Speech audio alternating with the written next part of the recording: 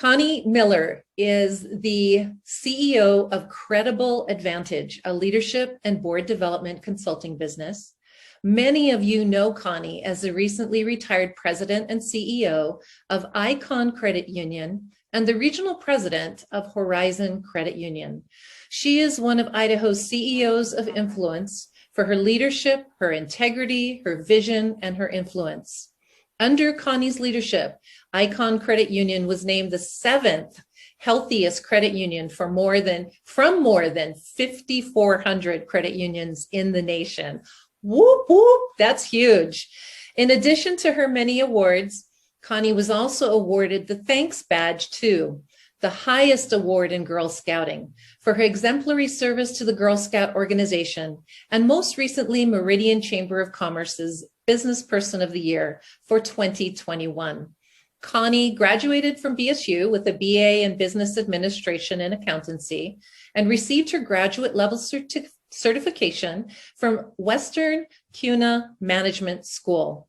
Her passions include building strong leaders and strong cultures in the workplace, and Connie serves on many local boards and committees. Her new book, Don't Sabotage Your Career, shares insights on becoming and staying a top professional in whatever sector you might be in. Welcome, Connie, and thank you so much for spending time with us today. Thank you. It's my pleasure. I'm super excited to present. So it's going to be lots of fun here. Okay. Just share my screen. And can you all see it? Okay. So this is actually one of my favorite topics because not only is it about professional behavior and being respected in the workplace, it's about life. It's about how we carry our personal brand. It's how we solve problems in life. And so my goal by the end of this presentation is that you will get some great tidbits that you can use not only in the workplace, but in your boardrooms and also just your personal lives. And you're going to learn one thing about me, and that's that I'm about being practical, and that's getting the practical skills. So my goal is to give you some great tools that you have in your tool belt. So I'm super excited about this. I do encourage you to chime in with some questions in the chat throughout it as we go. I will have a couple times through the presentation that we'll just pause and give folks an opportunity to put some questions in the chat. But at any time, if we see those come through, these wonderful ladies are going to interrupt me and say, hey, we have a question. So feel free to do that anytime, because sometimes the best time to ask the question is right when you're talking about the topic. So let me go ahead and just kick right in and launch this, which will be really fun. So a little bit about my background is Blossom shared some things just about from my bio, but I have spent my entire career working for organizations that were led by boards of directors. And I've spent much of my career leading teams, leading executives who are leading their own teams and are leading small teams. So I also am, as Blossom said, just a servant leader. I love to serve on boards and board committees. I do believe some of the most amazing humans that you can ever meet are through those volunteer activities. People that raise their hand and say, yes, I want to serve, and you get in a room with 7 or 10 or 15 other professionals that came from all walks of life, and you learn to strategically drive an organization. It's pretty amazing what you can do. So much of what I've learned through my whole career has been around that. So I figured up one day not very long ago, I wonder how many board meetings I've actually sat through, and added up all my terms on boards and my employment. And I've been in over 800 board meetings. So as you can imagine, I have seen highly functional conversations in board meetings and board members. And I've also seen really dysfunctional ones. And the same even at the executive level. I figured I added up roughly how many exec team meetings that I've sat in, and they've been over 1,500 meetings. So I've seen what works and what doesn't work. And so I'm hoping to share some of those with you today. So And yeah, Blossom mentioned my book. I'm super excited about that. I wrote it a couple years ago, and my passion behind the book, Don't Sabotage Your Career, was really about all of the things we do to try to build our careers and our professional brand. And it was the thing that the blind spots that people had that were stopping them, that they may have all the expertise in the world, but it was stopping them. So in my book, I actually built a lot of self-assessments in each chapter to really stop and just assess where you're at, because one of the things that we all need to be aware of is that we all have blind spots, and we need coaches and consultants and peer friends and honest friends to tell us what those are. So one of the things that I love this visual, because when we get in top leadership and we get that VP title or president and CEO title, oftentimes people think that the experience is going to be what's on the left there. The same when we join a board. But the reality is the experience is very much about what you see on the right. It's hard work. It's a lot of difficult conversations. It's having the stamina to stick with things that we don't know about, expertise we have no idea about, and using each other to kind of work through that. So I just love this visual, because I think it's really important for people to know that when you are in those top leadership roles, it may feel glamorous to other people, but it is a lot of hard work. So the other thing is people's vision of what people that are successful, how they got to where they are today. So many people think it's that straight line and that it was easy and that they just picked a path and set goals and they got there. The reality is it's a whole lot of squiggly lines. It's a whole lot of curved roads. And in my career, when I think back, there was many difficult times as president and CEO, or even early in my career, working for Girl Scouts in that nonprofit world.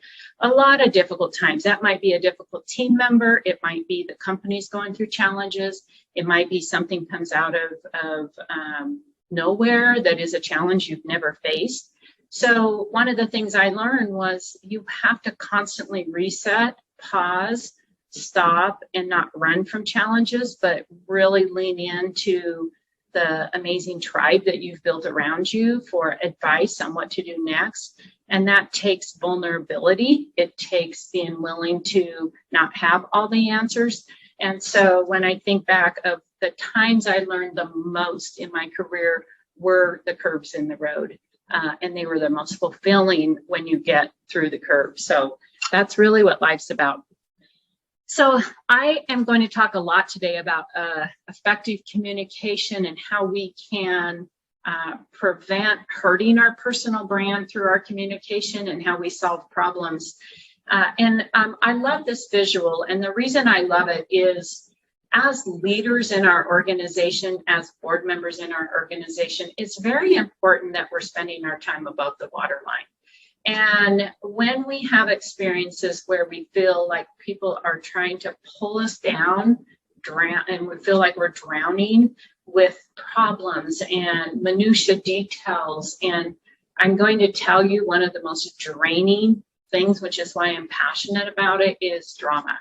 And so drama sucks the life out of our leaders, and it makes them feel like they're drowning. And our boards, the same thing happens. So I just encourage you all to always be thinking about, are you contributing in your own life to helping the leaders around you, your boards, stay above that waterline and be very visionary and be floating along.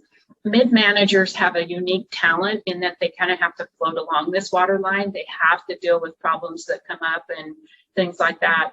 And so they're very admired, in my opinion, for me, because they have to carry both loads. And I always just tried to build a team that was capable of doing that, while also being able to control and have healthy culture and healthy work environment. So when I became CEO, which was about 13 years ago now, I just really went to work on culture at the credit union that I worked at. And I really studied what killed culture. And the number one thing that came up was drama and disengaged employees. So I'm going to talk a little bit about that today. So this is what I call the waterline visual. Okay, so I shared a little bit about what inspired me to write my book. And one of the things that I've seen over the years is amazing, talented, smart people that are wise, that have a lot of experience, that did everything right in their education to be experienced enough to do the job that they're in. But they were setting themselves up for a challenge to be able, for example, to promote them over a team or put them in a visionary role. And so often it was the things we refer to them sometimes as soft skills. I believe they're the most important skill. And so I'm going to share with you some of the things we do to really, I guess, take away from the investment we put in ourselves and the experience and the expertise, and place a higher emphasis on some of these other things, because I do believe, I know for me, when I wanted to promote someone to lead a group of humans, I wanted to make sure that they could be a good support, be visionary, be a good leader. And the last thing I ever wanted to do was to put someone over a team that didn't support management, for example, or were negative in the workplace, because that's going to influence more than just them. So that was actually the vision of what I created to write the book, and it's been really, really fun.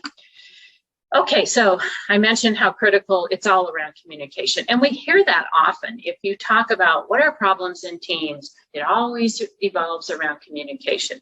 I believe that, and I also don't believe we spend enough time on it. And so I think I'm really excited to share some of these tips with you today. So why does it matter even in the business world? One of the things I hear often is, I don't have time to spend on that. I don't have time to add an additional monthly coaching, an hour monthly coaching with every employee. And I'm going to propose and actually share even some success that I've had by investing that time. But here's one reason: it's a business decision. I love this study that I read one day, which says we basically can free up, for every 15 employees, we can actually have one less employee if we can control the conflict in the workplace and the drama in the workplace. So it's a financial decision as well as an emotional decision. Okay, my favorite, the drama zone. So let me walk you through the drama triangle, and my goal is that you will have really good feel of what causes drama, because it's important that we don't just go into a setting and say, okay, we're not going to have any more drama. We have to equip people with understanding why does it exist and how to get out of it when you get sucked into it. So this is the drama triangle. Abe Wagner did this training, and I just think he's fabulous with it. So let me explain the drama triangle. There's 3 roles when drama occurs. There's a persecutor, a victim, and a rescuer. And drama is a choice, and drama is only created when 2 people choose to intersect on this triangle. That's the arrows on the triangle. So, for example, if you get 2 victims together and they go and they just commiserate together and have the poor me, they typically don't cause a lot of drama. Drama is created when you get the 2 individual roles actually commiserating for the most part. So that's the 3 roles. So let's talk about each of these. The first one is the persecutor role. The persecutor is that person. They're typically loud. Sometimes they have foul language. They're a little aggressive, and they love to, they lack self-awareness oftentimes. They lack some emotional intelligence about their impact on their behavior on others. And they're usually typically challenged emotionally. And they are sometimes closed-minded with new ideas, and they don't know how to behave except for just to kind of be the bull in the china shop. And the one thing about persecutors that is good to know about drama is they're the person that will lash out, they'll call names occasionally, loud voices, is actually persecutors don't cause much drama in the workplace and in boardrooms because society is willing to step up to a persecutor. So, you know, we are willing to step up and set boundaries with certain behaviors that are inappropriate, for example, in the workplace or in the boardroom. If something like this happens, more people are willing to go to the HR department or their bosses and report the situation because they know it's completely not appropriate and it's a little bit aggressive. And so they actually get scoped out very quickly as far as the drama triangle goes, and they actually don't cause a lot of drama. The times when they do are when you have a pool of victims that will not stand up or set healthy boundaries. So we do see, for example, persecutors in people's personal lives. We see, for example, domestic violence situations, relationships where it will go on for years because the other party is not stepping up and setting healthy boundaries. So, but in the workplace, for the most part, I'm going to talk about the other two roles more because they're actually the ones that cause more drama.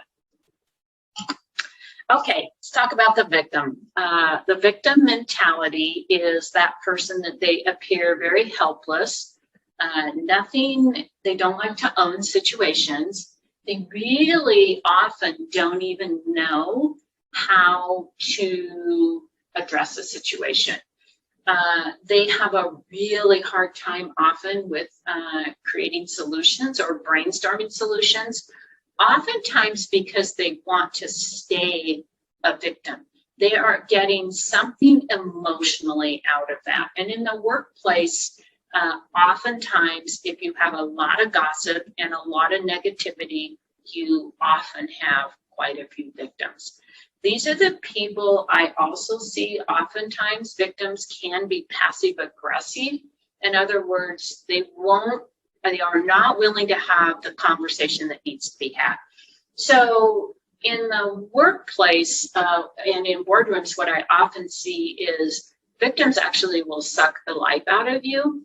And oftentimes it's the people you are investing the most in. You see they need extra help. You're willing to get them extra, whether it's extra coaching or giving them more leniency until they can learn. Whatever it is, we tend to invest more in them. But here's the important part. So I remember, so I have a family member that is a strong victim mentality. And I remember these discussions about relationships, for example. And I'm getting some feedback from someone. No. That isn't muted. Hamburger, medium, French. Okay, it went away. Thank you. So the thing about victims in the workplace is, well, actually in our personal lives, this is all relevant in our personal lives as well, is that they are afraid to own any part of the situation. And the number one thing you can hear and listen for when you're trying to identify, is this a person that is more of a victim mentality, is they hate solutions. So victims, when you give advice, so you might say, hey, have you tried this? They love phrases like, that wouldn't do any good. I've already tried that. They wouldn't listen if I did tell them. So they have a reason not to proceed and creating a solution and stepping into the solution and being part of the solution. So victims typically like other people to fight their battles. They love to build tribes of people. So they love to use words like everyone feels this way. And they love to kind of gather up a group of people that they think will all be victims, and they can kind of go together. So that is the victim role that is often played. And I was mentioning that I have a family member that sucked the life out of me for a while. I absolutely adore and love her. But it was every time we had conversations, it was all about how horrible her situation was. And it didn't matter what advice I gave. The next conversation was back to square one and going through all the challenges.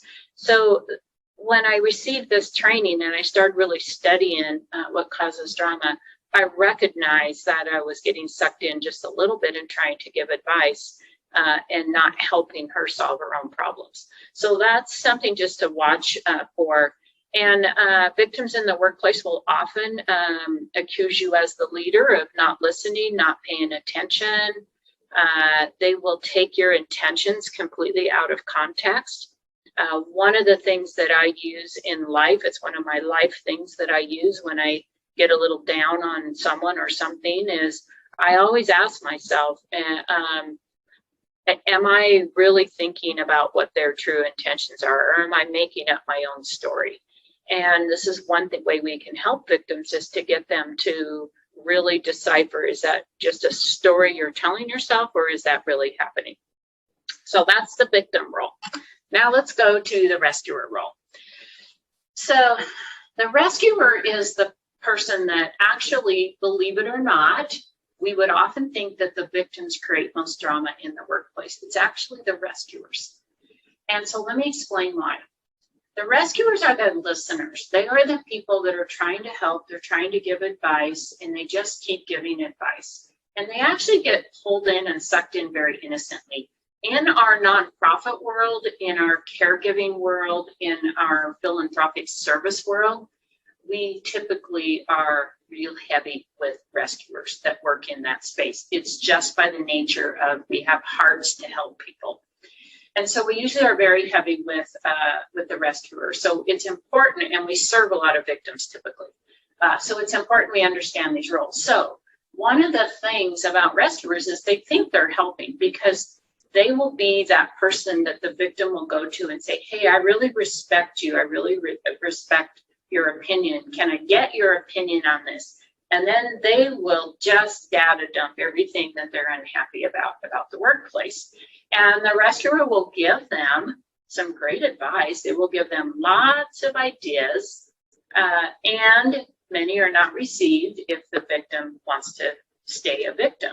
And the number one thing, again, to listen for is, when you are giving advice, is the recipient hating all the solutions you're giving them? Are they discounting them immediately? That is how you can identify that victim role. So here's the other thing that victims do, and I've seen this. So they just want to help. They're just great, kind-hearted people, and they just want to do anything they can to diffuse situations and create teamwork. And what they don't realize is that they're actually enabling the situation. So rescuers love to be intentionally curious. So this is what they do. They'll actually give recommendations even sometimes, and then they love to check back in to see how the conversation went with your boss, for example. So they stay very invested and very curious about how all of the things are going that you're trying to solve.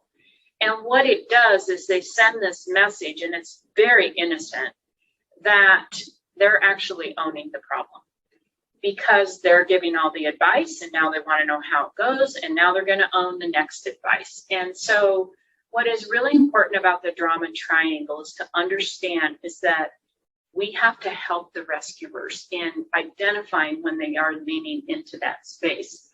The other thing about rescuers is they will become victims themselves. So for example, if I have a friend and I just lean in and I'm a rescuer and I'm just helping them, and I don't see that they're helping themselves, but I see they just need help.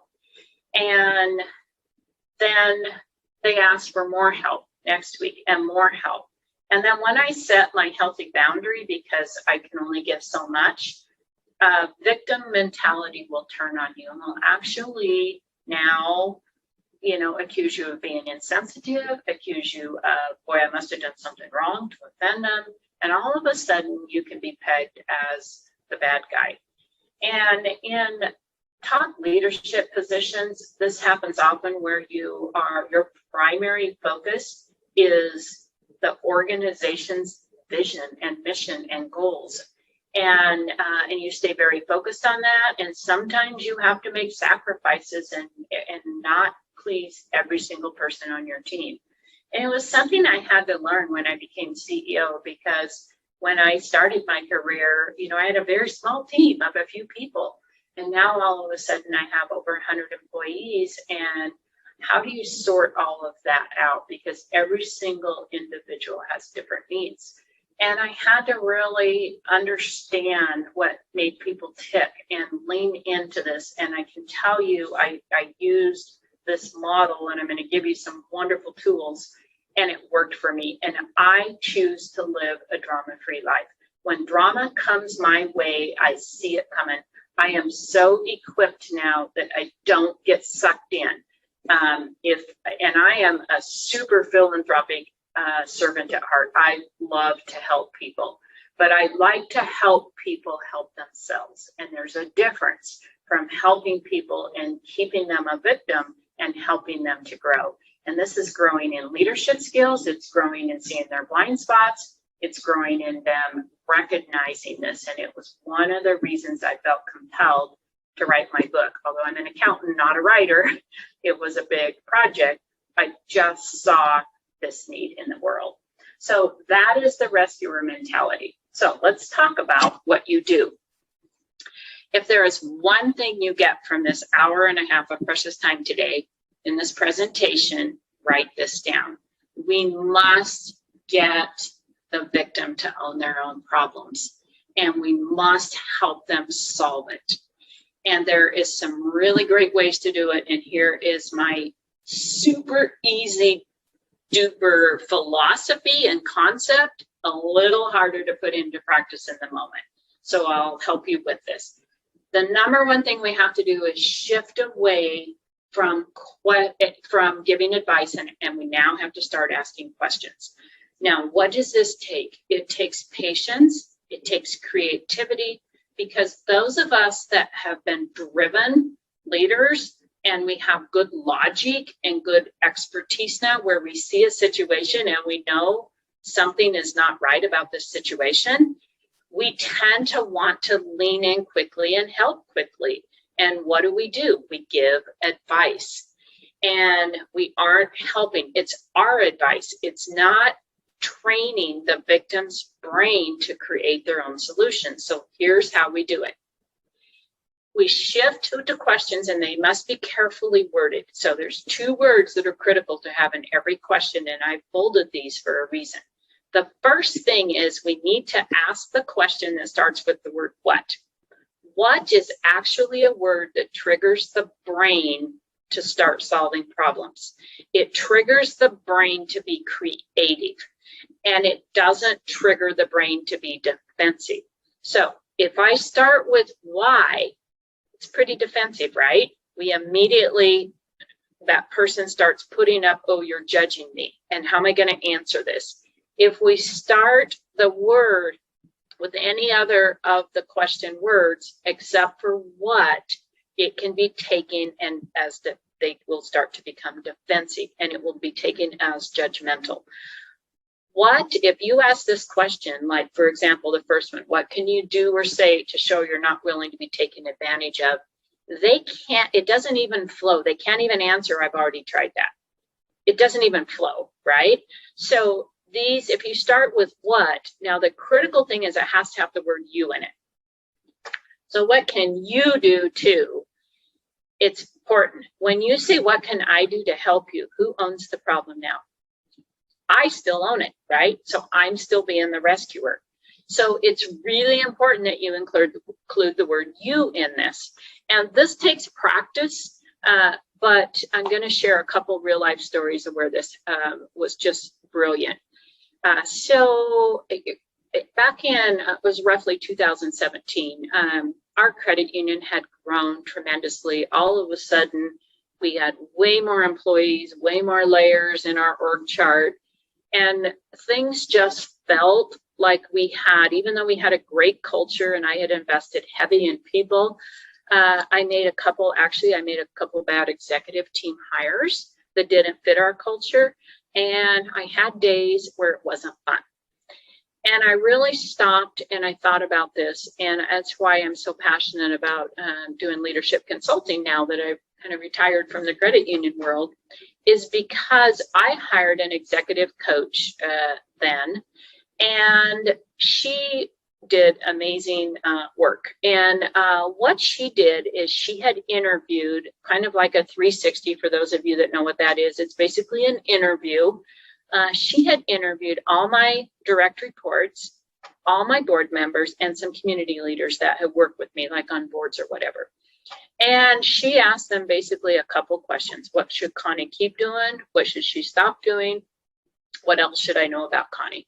And then she formulated all of those responses, and she picked the ones that there was 2 or more of. In other words, the ones that were only mentioned by one person, that's more of a personality thing. Let's attack the common themes here.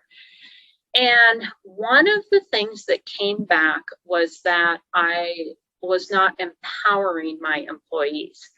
And I was dumbfounded, because that is in my inner soul to grow people. And I was just baffled by this. And she, because it was an interview based, her name is Terry Hughes, she's fabulous. Because it was interview based, she was able to ask questions like, give me an example of this, give me an example of that. So she met with me and shared the results, not who said anything, but common themes. And of course, you get this happens in life all the time, right? You get the list of 20 great things and the 2 or 3 bad things, and that's all you focus on. And so she had a wonderful balance with me and said, okay, let's stay focused on, keep doing all these things, but here is all we have to do is figure out how to tweak this.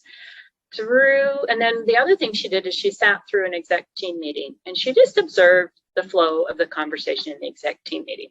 So the one thing that she discovered is that I was actually providing way too much advice. As the CEO, if we would have a discussion, people would throw out all their comments, then they would turn to me, and then they would ask my opinion, and I would give my advice.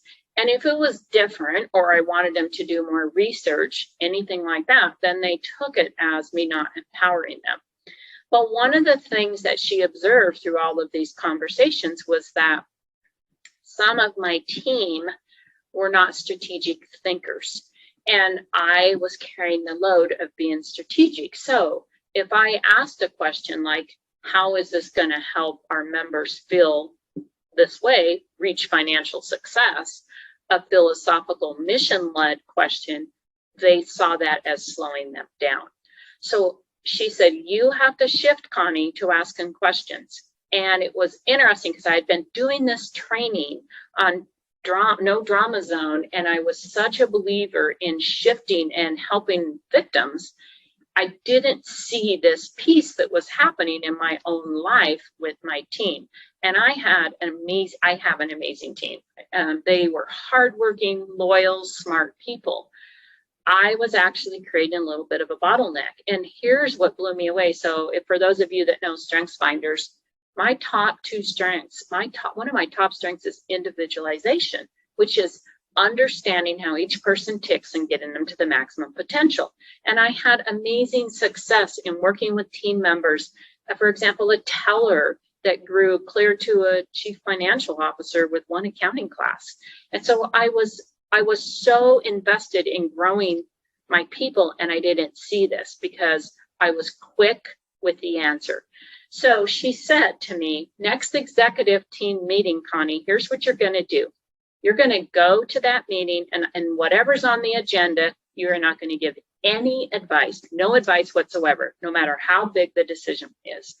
And so it's like, okay, this is going to be interesting, because she saw when she observed our executive team leaders in discussions that they were throwing out all of the bells and whistles and the things that felt right and sounded good, but there was a little more research that they could have done to fill in the big picture. So they were leaning on me to be the catch-all to share with them some things have you thought about. And then they didn't even realize what was going on either. They didn't feel empowered when I had something to share that they hadn't thought of. So I showed up at this exec team meeting, and right out of the gate, one of our gentlemen proposed that we purchase this big software. And he's describing the software and how it's going to save us time. And the whole room, every executive in the room, at that time I had 5 executives, they all went around and they all approved the purchase of this. And this is mid-July. It's, if I recall, it was like $50,000 and 12 grand a year or something. And there wasn't one conversation in this group meeting about it's July, it's not in the budget, we would need special board approval.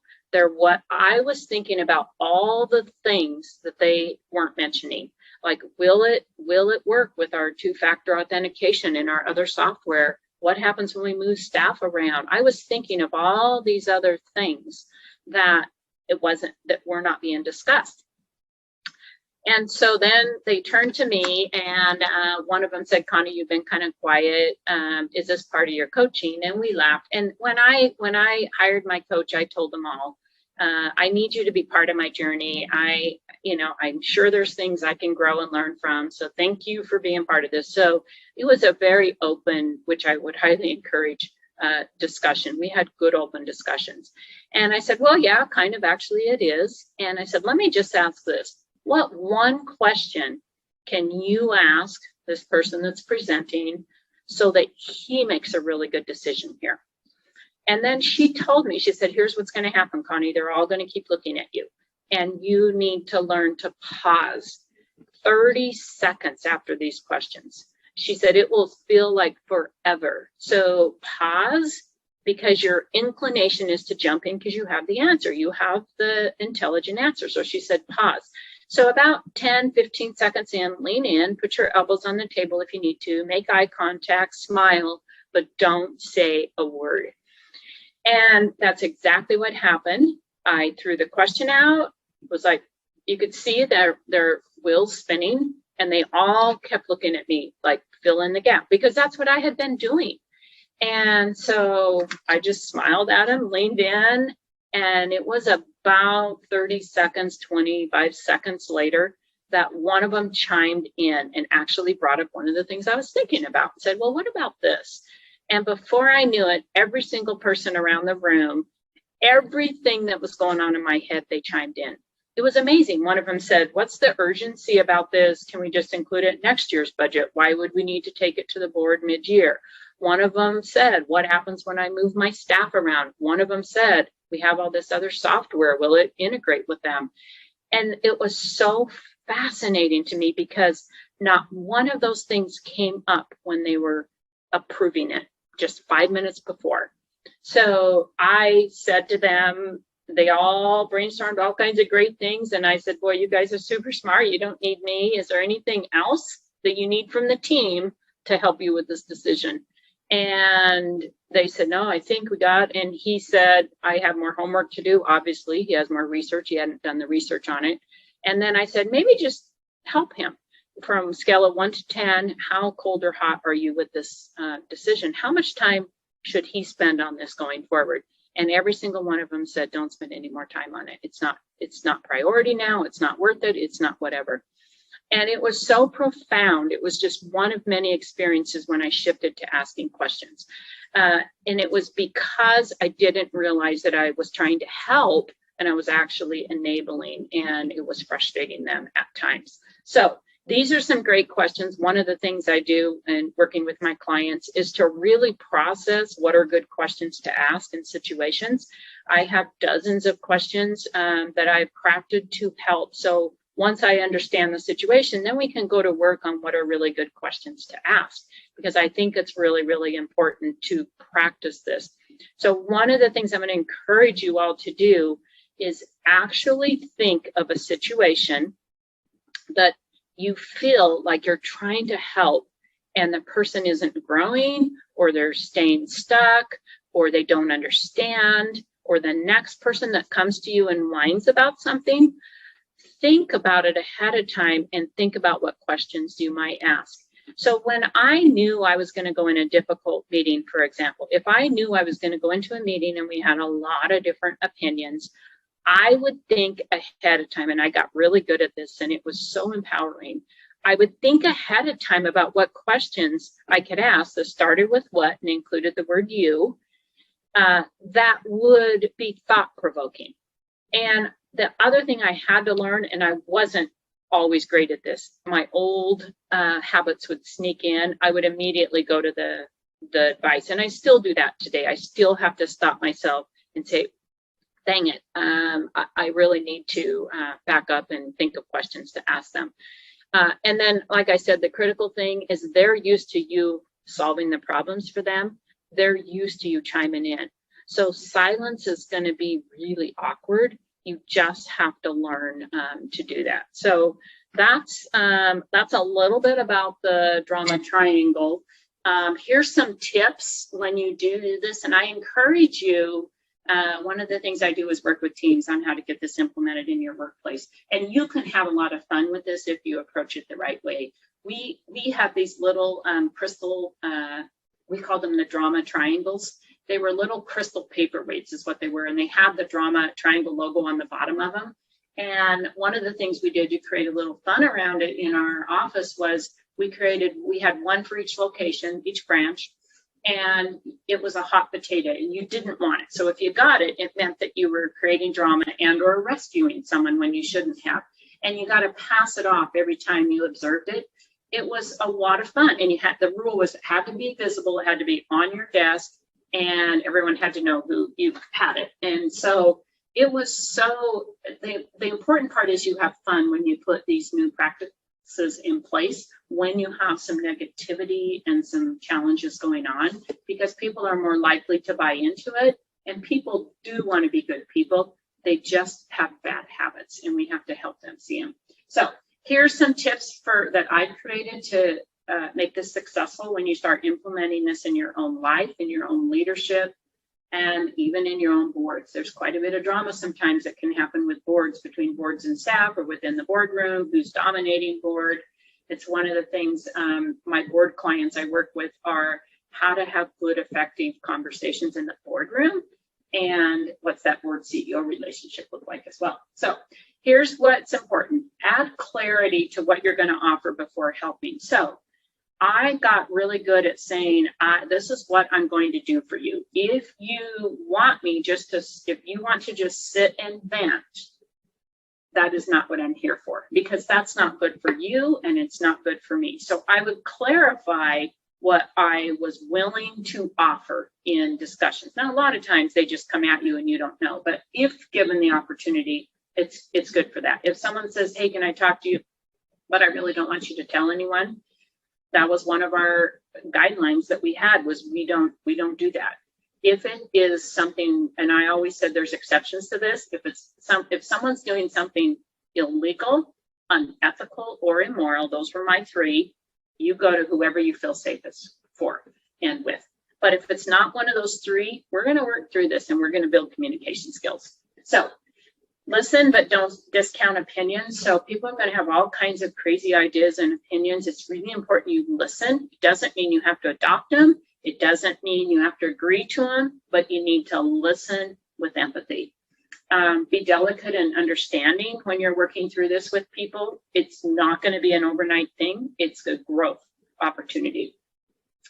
And be really careful. Victims love to turn it back on you and say you're not listening. All of a sudden you've gotten cold. All of a sudden we don't care about people. You will have things come at you when you are starting to do this. The amazing thing, which is what happened in our organization, is the negative people left, and it really did amazing things for our culture. So when you are not feeding that negativity, they will go elsewhere. And you will actually feel bad if it's someone that used to come to you and now all of a sudden they're not coming to you. This is what will happen. The victims that want to stay victims, and there always is some of those. So know that not every victim is going to change. But the ones that want to stay victim will leave you. They will go find another person. They will go find another team. And that's not a bad thing. Don't feel bad about it. And we can do that, right? Because they were our friends, or they used to come to us all the time, or they used to invite us to lunch all the time. Now I'm not in the clan. Things like that will happen. So you do have to equip yourself to stay focused on what you're trying to accomplish, which is this drama-free life, which is pretty dang amazing if you can get there. So these are just some tips that I have with that. Okay, so this is the fun time. So I am going to give you a situation, and I'm going to ask that you all chime in with a what question. And let me go back and show you some examples so you have them right in front of you. I'm going to give you a situation and I'm going to ask you to throw in the chat some of your what questions that you might ask. And know that this isn't going to be perfect. It's going to be a little bit clunky, but it is important that we practice this and that we get in the habit of it. And you're going to find it's a little bit tricky and hard in the very, very beginning. So here's the situation. Employee Susie comes to me, and employee Susie has no PTO left. She routinely calls in sick. Sometimes she comes in and you can tell she's been sick.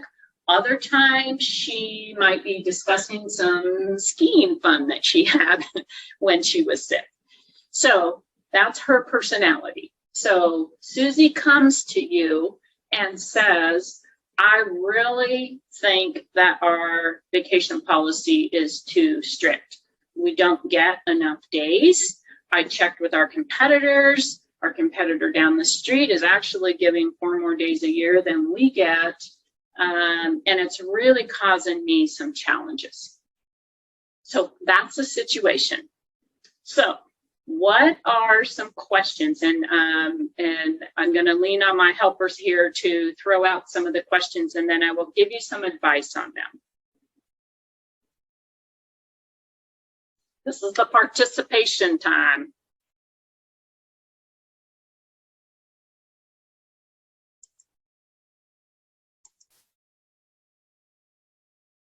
I see some of my friends on this call. So let's get some questions going.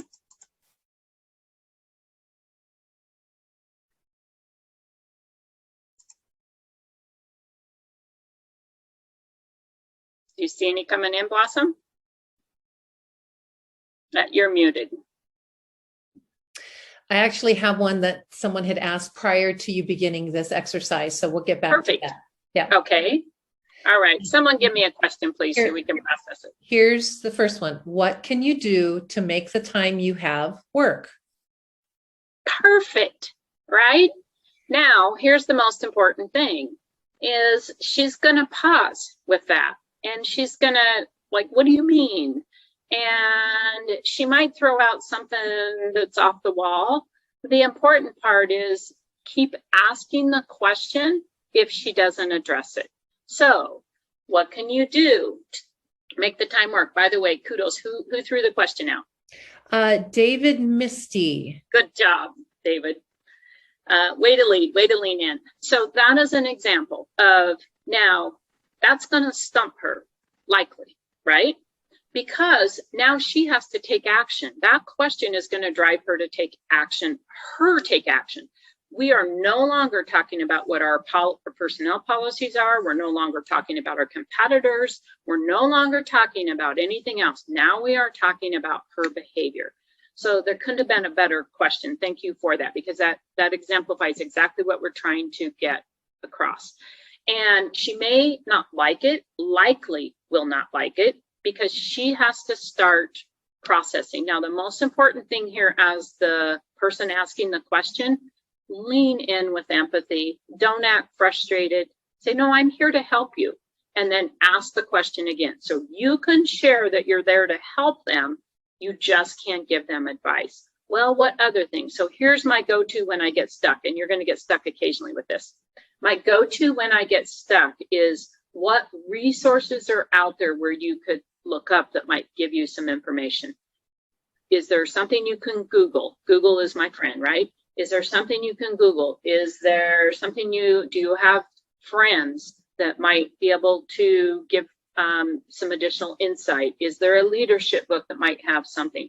So direct them, keep directing them, but when they keep saying, I don't know, and you need to be prepared for this, when they keep falling and getting stuck, because remember, they are stuck when they ask the question. Otherwise, they would have just done what needed to be done, right? So you have to know they're coming in. I don't want to say broken. I want to say stuck. Their minds are not developing enough to solve their own problems. So it's our job to help them. And I will tell you, people that have this capability just slipped into a bad habit in the past, you're going to see them grow and blossom like no one else. All of a sudden, they gain a new confidence. They're like, I haven't even thought about that. That's a really good question. And they will come up with some amazing things.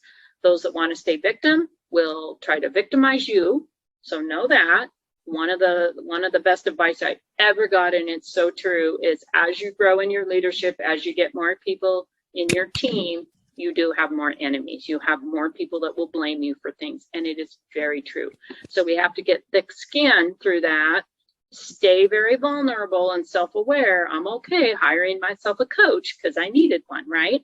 And she taught me a lot, but it is important to recognize that. So that's the drama triangle. Thank you. Any other questions, Blossom, you had? There were a number of others who had said, what do you think you will need the extra days for? What can you do to better manage your PTO balance? What can you do to explain to your boss you think the policy is unfair? What can you do to manage your PTO? So, yeah. Okay, perfect. So a couple of those I would caution you is we do need to be careful. We look at the question and we ask ourselves, is there advice within it? Because we can do that. Like, what can you do so that you do ... And we just gave them all the advice. So it is important. The shorter, the better is my trick with that. And don't give too much in the question. So I think there was one about what can you do to manage your PTO better. That one is good, but what you might do is shift that a little bit to say, what can you do so that you are using your PTO for the best that you want to use it for, so it's available. So in other words, it's about what you're going to deliver to them, not what is restricting you. So you can see this is tricky, right? It's not easy and you're never going to be perfect at it, but you can be good if you keep practicing this. And here's the other thing I will tell you. This is incredible with kids and teenagers. When you tell a teenager, what can you do so your coach better understands you? And pause and do not say another word. What can you do so your teacher understands the situation, understands how you learn? It is incredibly valuable with kids. So definitely do not discount. This is a wonderful thing that we need to help with kids. Okay, any other questions? Yep. There is a question in regard to did you purposely not talk about the persecutor and how to handle that part of the triangle, or what? Yeah, persecutors are, like I said, I'm really talking about drama for the most part here, and they don't cause a lot of drama because people will just stand up. They'll go right to HR or their boss and deal with it. And in the workplace, we are willing to step into persecutors, and we are willing to write them up or coach them or have a zero tolerance policy for the most part. There is always those that either the leadership is missing or something. So that's why I didn't talk a lot about it. But the most important thing about persecutor, there's only one thing you can do with persecutors, and that is you've got to set healthy boundaries and make sure that people are aware of inappropriate behavior. It's almost always inappropriate behavior. There is a little bit of passive aggressive persecutors that get away with things because they will excuse it because of missed deadlines, too much work, all of those things. Those are people you can coach using the same method you do with victims. So if you have a persecutor that is explaining their behavior based on certain factors, they're actually victims and they're playing that victim role. So that's something to listen for. You may have a victim that's kind of aggressive, and I'd peg those more in the victim and treat them like that. Like, what can you do so you no longer offend people in your voice or in your words or whatever? You can ask questions like that of those. Connie, there was another question earlier. They asked, how do you make them, I assume them is the victims, feel heard when they are venting? I agree in creating boundaries, but still give them a voice. Any thoughts? Yeah, so you want to allow them to vent as long as you send the message that you are there to help them discover how to solve their challenges, step in, lean in, whatever. So that is what you want to do. You don't want to create a culture where it's okay just to go out to lunch and have 3 of you vent, and now you all feel better because now you each took each other's problems and made them each other's.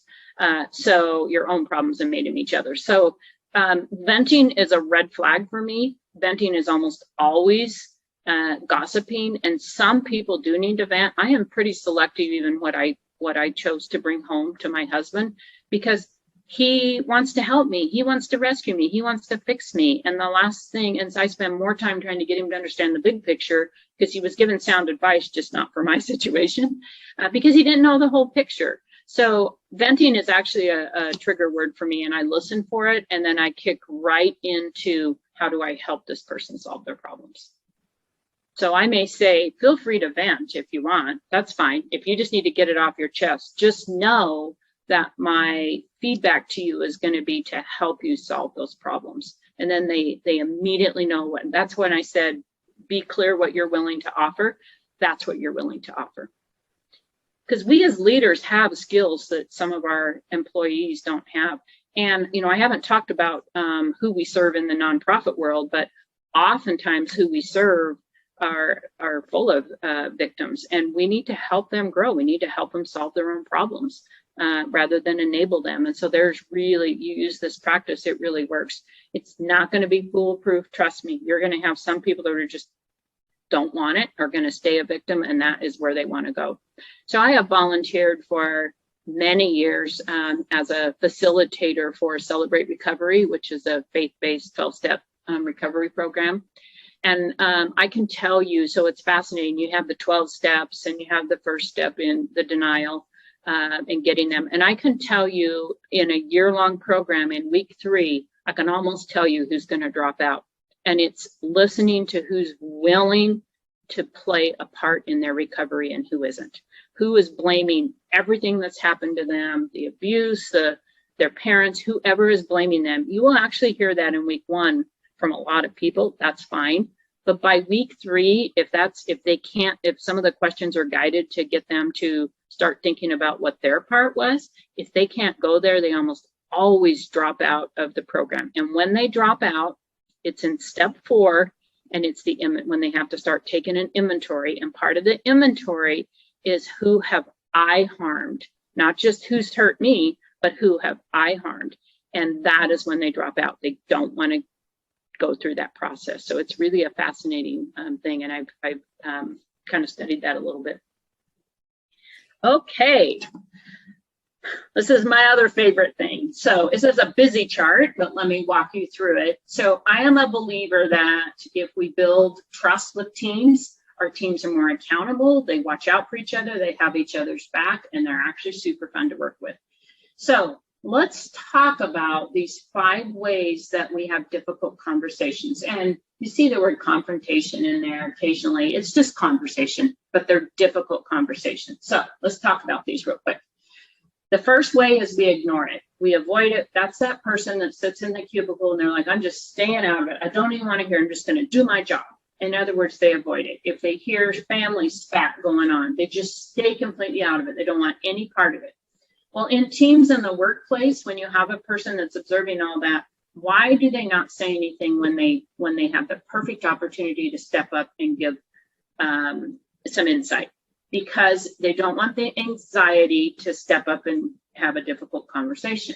It doesn't feel right. So they do it to decrease their anxiety. It's so much easier just to stay quiet.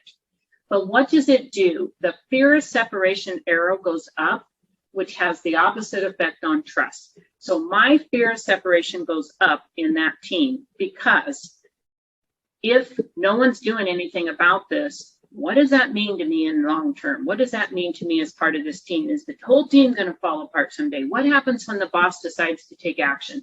What is going to happen? And so it actually increases the fear of separation, which breaks down trust in the team. Now, we have to remember that there's the theory of the herd.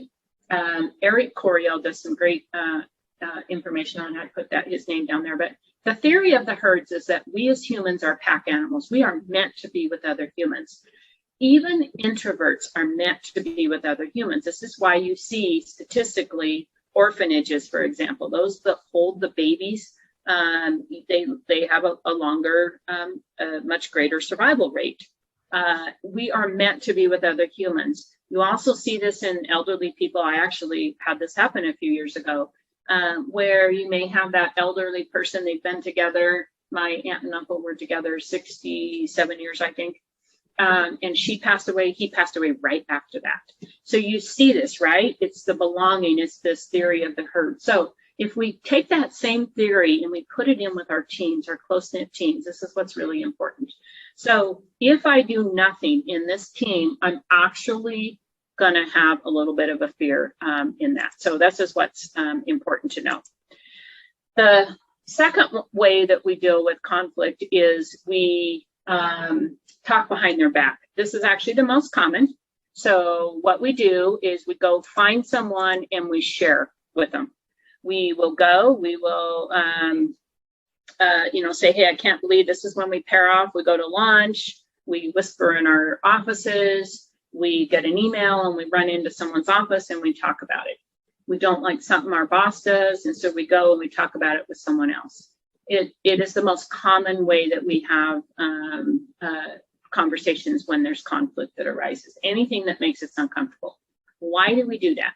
Because it's so much easier to just have a conversation with someone else, not the person we're talking about, than it is to go face to face and talk about, hey, when you did this, this really bothered me. That's the reality to it. We do it because we don't want the anxiety to have the difficult conversations.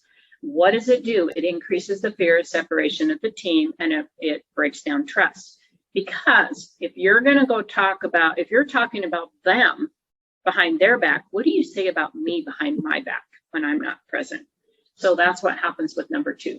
Number 3, we want HR or the boss to deal with it. We want to take it to someone and we tell them, don't tell them I'm telling you, I don't want them to know, but can you please deal with it? And like I said, there's 3 exceptions to this that I am a believer of, and that is it's completely appropriate to go to whoever you feel safest if you're talking about something that's illegal, immoral, or unethical. Other than that, it's not appropriate.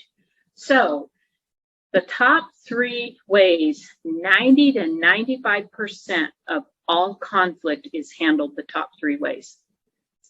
And it's not good in building trust. It's not good in building trust in marriages. It's not good in building trust in teams. There should be no secrets. We should have open communication.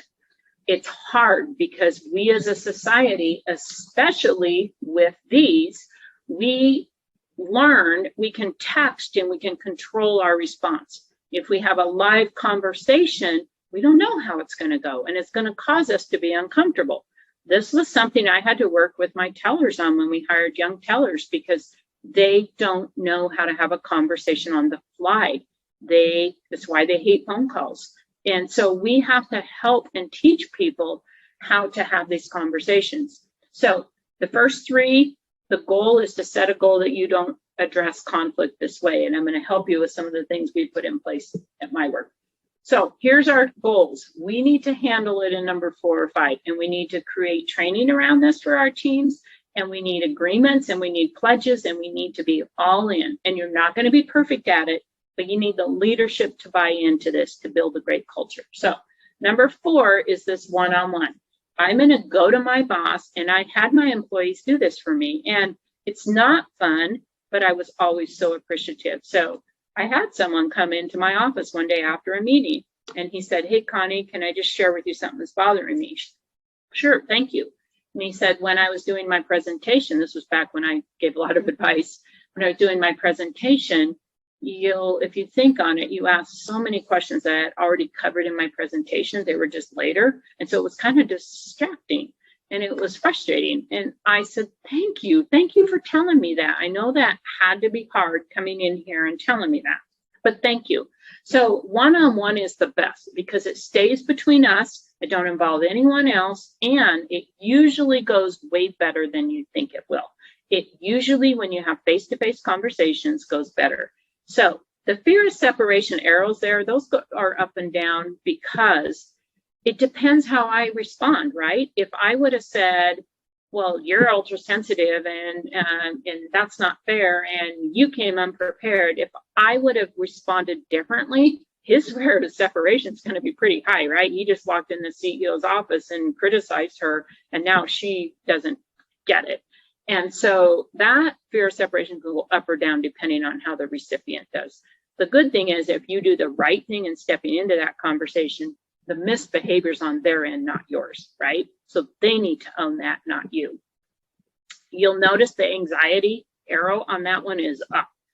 It causes anxiety. It had to cause anxiety for him to come in and talk to me about that, even though we have a great relationship. It's never fun to point out constructive criticism for people. So the anxiety does go up. The fifth one is group, and this is the best if you can get here, and it takes a little practice, but we actually did this. So group is when you all agree that you're going to bring things to the group, even if it's about one of you. Now, I am a proponent that you go one-on-one when you can, but if it's hurting the group and there's something about the situation that can help the group, or the group is enabling someone, and we see this in teams all the time where 3 team members are covering for another team member that's not doing their job would be an example, or maybe there's just something going on that is breaking down communication. The group communication's the best, but you'll notice the arrow for anxiety is high, and it's really high in a group. When you step in and lean in and say something, it's pretty high. The most amazing thing is the fear of separation goes down and the trust with the group goes up in this. So here's a really good example. And there are some tricks with group confrontation that is really important. So I have 2 tricks. The one is an agreement that you do not hide behind we, everyone, them, right? You don't hide behind that. So you have an agreement that anytime someone uses, the team or the branches or the departments or leadership, any general, that you as a team are going to agree to clarify who the who is. So here's an example, someone right after we were starting to practice this, one of my team members came in and made a comment in one of our meetings, and he was always kind of the ringleader for the group, is the best way I could describe it, at times at least. He said, don't you think we just bite off more than we can handle in our strategies? And I can look around the room and I can see 3 of them have had this conversation because they're all making eye contact, and you could just see it, right? You can feel it. So we said, who is adding more to our strategies? And we discovered through that conversation, we had a great conversation about, well, it kind of happens at strategic planning side. And then we get all excited and we put everything up on the board, but we all are guilty of that. It was a great conversation. Another example is right after that is a gentleman, one of my team members came in and said, hey, do you think we need to start our exec team meetings maybe at 9:15 instead of 9, because we seem to be straggling in and no one really is all here till 9:15 anyway. And so I said, who is the we that is coming in late? And it was fascinating because everyone said him, right? And so, but that is a conversation that if you don't address who you're talking about, it's just like we do in company emails. When dress code starts getting violated, what do? We throw the company email out, and all the people that have been great with dress code beef it up, and the ones that needed to hear the message didn't hear it. So we can't hide behind we's. We have to be really good about addressing the who. So those are some tricks that I've learned with the group. If you can agree to those 2 things, one, the biggest is identify the who, identify the we, and get really, really good at that. The second trick is don't allow people to hide behind questions when really they're making a statement. So this is a passive aggressive approach that people do. They hide behind a question and they'll say, just like him, don't you think we bite off more than we can handle? Well, based on what you know, can you rephrase that in the form of a statement? And the reason accountable is at the top of this slide. When you do that, people become more accountable. So, who is actually doing this, and let's talk about that. And if you can have those discussions, and not so oftentimes we would say, can you rephrase that in form of a statement based on what you know today? Because a lot of people will hide behind questions because they don't want to claim and own how they're feeling. It's an easy way to do that. So that's a little bit about that chart. I do a ton of training on this. There's a a whole training with teams that I can do on these, but I wanted to give you at least a tidbit of it. Okay, so a couple of just my tips for success. One of them is sarcasm isn't funny at all when it's the truth. If you are a person that likes to use sarcasm to hide behind truth, please work on it. Sarcasm is a means of passive aggressive, and it breaks down communication. So it's funny in the right setting, in the workplace, if you use it. And if you find yourself constantly saying, just kidding, I didn't mean that, you really did. It was just your opportunity to hide behind it.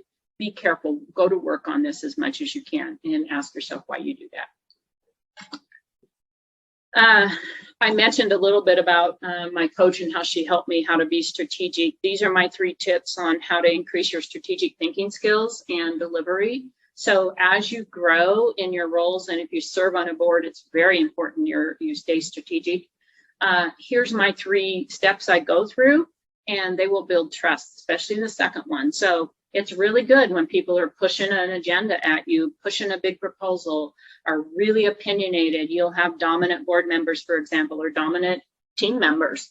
It's really good to go through. And if you go around the room and have everyone share their biases, it's wonderful because it opens up. I'm biased. I'm more conservative. I would never use that product. And we learned a lot about things when we would share the biases. And so going through this will really help you in becoming a strategic thinker. And it's really, this is a fun training to do with boards in helping them, because a lot of times boards don't know what their roles are. They don't understand that they're not to be in operations as much as being strategic. So one of the things I put in place to really help get this going was a no pairing policy. So you remember those 3, we either ignore it, we talk behind their back, or we go to the boss. The best thing to do is create what's called the no pairing policy, which means we're not going to pair off and talk about another person unless we stop the conversation and include them in the conversation. So wait a minute now, you just mentioned Mike. Let's wait till we can have Mike part of this conversation. It will shut down gossip faster than anything else, because all of a sudden now, what are we doing? We're in solution mode.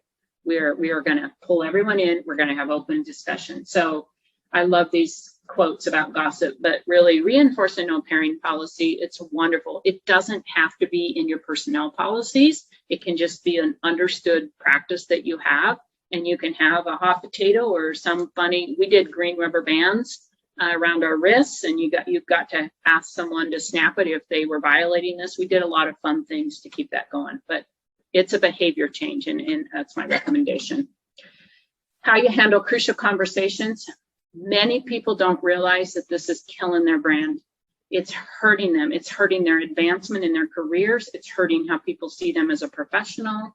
And so I did a ton of self-assessments in the book on crucial conversations. I have a lot of these tools in there because I think it's really important. And I see brilliant, smart people that are killing their brand because of gossip and how they handle communication. So if you're trying to build culture, it is really important that you identify who your cave dwellers are. Cave dwellers, this is they're consistently against virtually everything. And you know who these people are. Every time you roll a change out, they have a reason why it's not good. Really identify who your cave dwellers are and really have some good, honest, open discussion about what's causing it. And you really can never build a great culture in your organization unless you get rid of your cave dwellers. They're just, they're painful. They're painful to leaders, and they'll kill your culture. So why does it matter? Why do we want to do this? Well, I've talked a lot about building your personal brand and being a better leader and being a better board member. But why? This is my why. I can't serve my mission in my organization unless we're having fun, unless we're all going down the path together. So do you want to go to work in the drama and the stress and the negativity every day? No, we don't want that. No one actually wants that. They get in bad habits that create it, but they would rather be happy at work. So that's my team. One year we just threw out, hey, let's go camping. It was completely volunteer. We didn't pay mileage. We said, hey, come. We paid their cabins and some fun challenge course things. And we did this several years. It's the thing I most missed about I miss the most about my team at Icon was we did so many fun things like this, and it was a blast. We had a lot of fun together. So it's worth it. I also believe it drives financial success. I'm really proud. In 2019, we were number 7 out of 5,400 credit unions for the healthiest credit unions in the country. You do not get that unless you have a team making really good decisions and they're working together. So we were in the top 200 many years. We were best places to work many years, and those are all great. The reality is it's super fun when you can build the team that is doing this. And do you have a lot more anxiety at times with conversations? Absolutely. So one of the career coaching that I give everyone is get good with anxiety and be okay with it, because just know it's building you. It's building you as a professional. It's building you as a person. You're more credible, which is why I added the name in my business name. Was it's about being credible, and it's about getting an advantage and moving ahead. So that's just some pictures. So yes, I am known to throw some great rock, paper, scissors competitions, and I am a 3-time champion with my team. So we have a lot of fun together, and it's important that we do that. So this is my favorite slide, and it's really because all of this takes change. It took me to be vulnerable many times throughout my career to say, what do I need to change? It took me to think differently. It took me to own things that I needed to own. And what I just challenge all of you is to make sure you're not the bottom slide, and make sure you're not always the top slide. So we all come with different perspectives in life, and we want the whole world to be like us. That's the reality, right? We love differences, but in the end, what annoys us is when someone is different than us. So I challenge you to create a list of things that cause you to show up not your best. What are your triggers? Is it people missing deadlines? Is it a certain personality type? Is it people late? Is it people that don't move as fast as you on, whatever, projects, whatever. Create a list of your triggers and create another list of your triggers at home, because we often treat those we love the most the worst at home. So create your list of triggers at home. Is it when you have a messy house?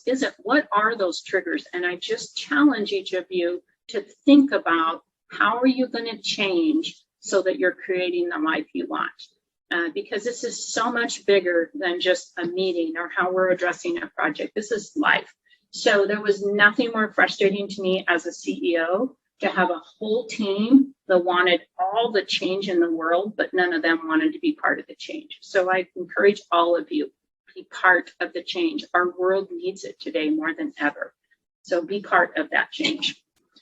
So more Q&A. I will love, we have just about 5 minutes here. If there's any further questions, that's my contact information. I sincerely mean this. Pick up the phone and call me if you have a situation you want to process. Probably not going to take 5 or 10 minutes of my time. And if I can give you some guidance on how do you approach something else, that's fine. And then I'm just really looking forward to helping teams and boards in the future. It's kind of my third journey of retiring, and I'm excited about it. So thank you for having me. And questions, I'd love to entertain any. Connie, first of all, where can people get your new book? You can go to Amazon and you just search "Don't Sabotage Your Career" and it'll come up, and you can get the Kindle version or the printed book.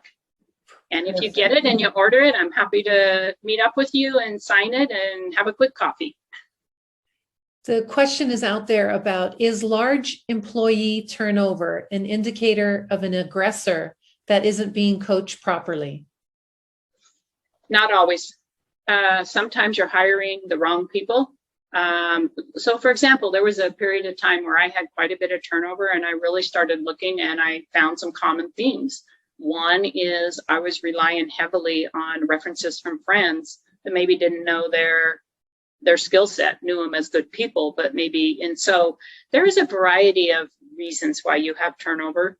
I will tell you, culture will minimize it. And I actually had hired someone that had actually, so you want to watch for this all the time, and I didn't catch it soon enough. Someone can actually come in and try to take over your culture, and they're very talented. To your face, they are all in, but they're creating little tribes on the side. You usually pick up on this because people will eventually come forward. But I actually had a situation one time where I had quite a bit of turnover and didn't realize that was happening. So you're going to have a variety of things. Sometimes it's pay, sometimes it's benefits, but I mean, it's always a red alert, and you should think about, but that clearly can be one reason. That's why exit interviews are really important with trusted people, whether that's your HR director, or I loved my time with the exit interviews I did have. I learned a lot. Well, we don't have any more questions, but this is an excellent way to calibrate us for the upcoming holiday season. And so this will be shared to those who registered for the workshop. And I would highly encourage you, sit down with your family, sit down with your team, use this and just walk through some of these strategies and practical tips. So, oh, there are a couple of new messages that came in, and lots of people who are thanking you for your presentation and the incredible content. So my pleasure. With that, we'll go ahead and say thank you all for participating, and come join us next month.